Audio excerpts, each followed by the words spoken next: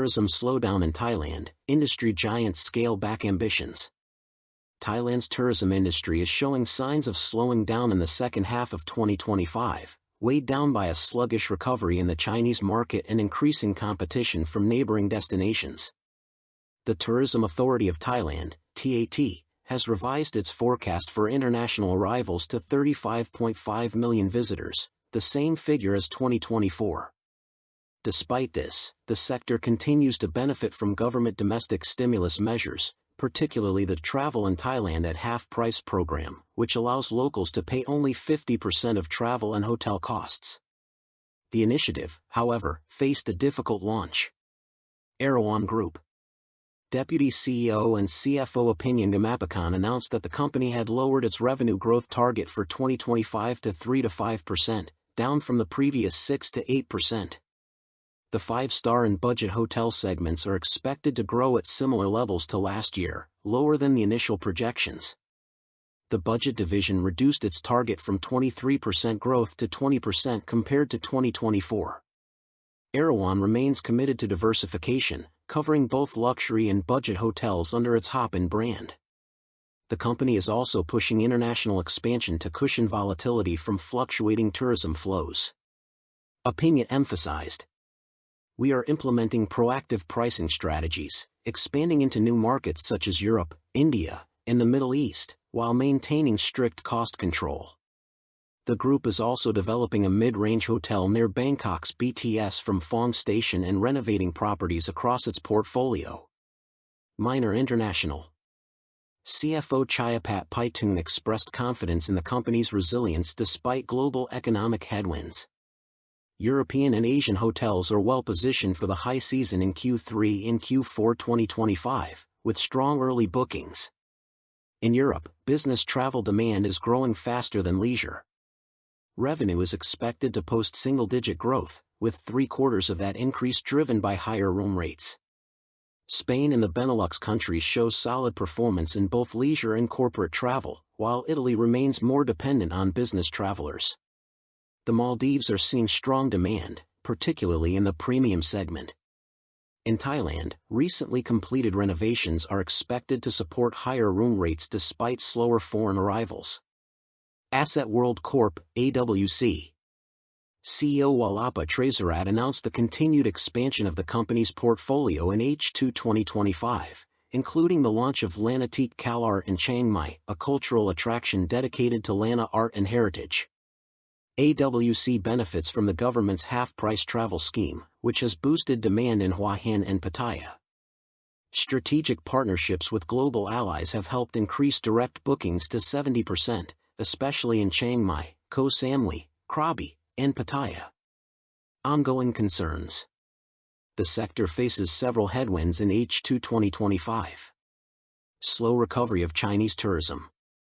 Border tensions with Cambodia. Economic uncertainties linked to global trade policies. Currency volatility and climate change. Tourism operators are focusing on financial stability and liquidity, while relying on domestic initiatives and international partnerships to navigate uncertainty. Thailand condemns Cambodia for using civilians to stir tensions. The Thai government has accused Cambodia of deliberately using its civilians in disputed border areas to create political and security tensions. According to Bangkok, Cambodian civilians have been mobilized near contested zones, prompting clashes and confrontations designed to portray Thailand as the aggressor. Thai officials denounced this as a provocation tactic, stressing that such actions risk escalating the fragile situation along the border. Thailand reaffirmed its commitment to protecting its sovereignty while calling for Cambodia to cease manipulation of civilians and engage in constructive dialogue instead of stoking confrontation. This incident comes against the backdrop of heightened Thai-Cambodian tensions, fueled by both territorial disputes and shifting regional geopolitics. Tourists assault lifeguards on Phuket beach. A shocking incident occurred on August 25, 2025, at Nai Harn beach, Phuket, when tourists violently assaulted local lifeguards after ignoring a red flag warning. A tourist attempted to swim despite the flag indicating dangerous conditions. When a Thai lifeguard intervened to warn him, the man called over 4 or 5 relatives, who then attacked the lifeguard. One eyewitness reported that a tourist spat on the rescuer before the assault began. 2 lifeguards tried to defend themselves as more members of the group joined in. Bystanders eventually stepped in to stop the violence. The lifeguards later stated, "This beach is under strict watch. We've worked hard to keep fatalities at 0 this year. That gives us the strength to continue our duty." They urged tourists to respect safety rules to protect lives and support their work. Social media outrage. The altercation was filmed and posted on Newshawk Phuket's Facebook page, quickly going viral.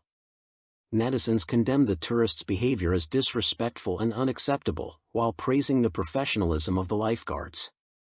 Rawai Mayor Thems Kritatsan called the offenders low-quality tourists and vowed to pursue the case seriously, noting that such incidents happen too often. Police action and compensation.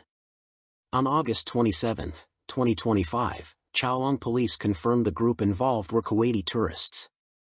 One of them agreed to pay 200,000 baht, €5,300, in compensation for medical expenses and damages.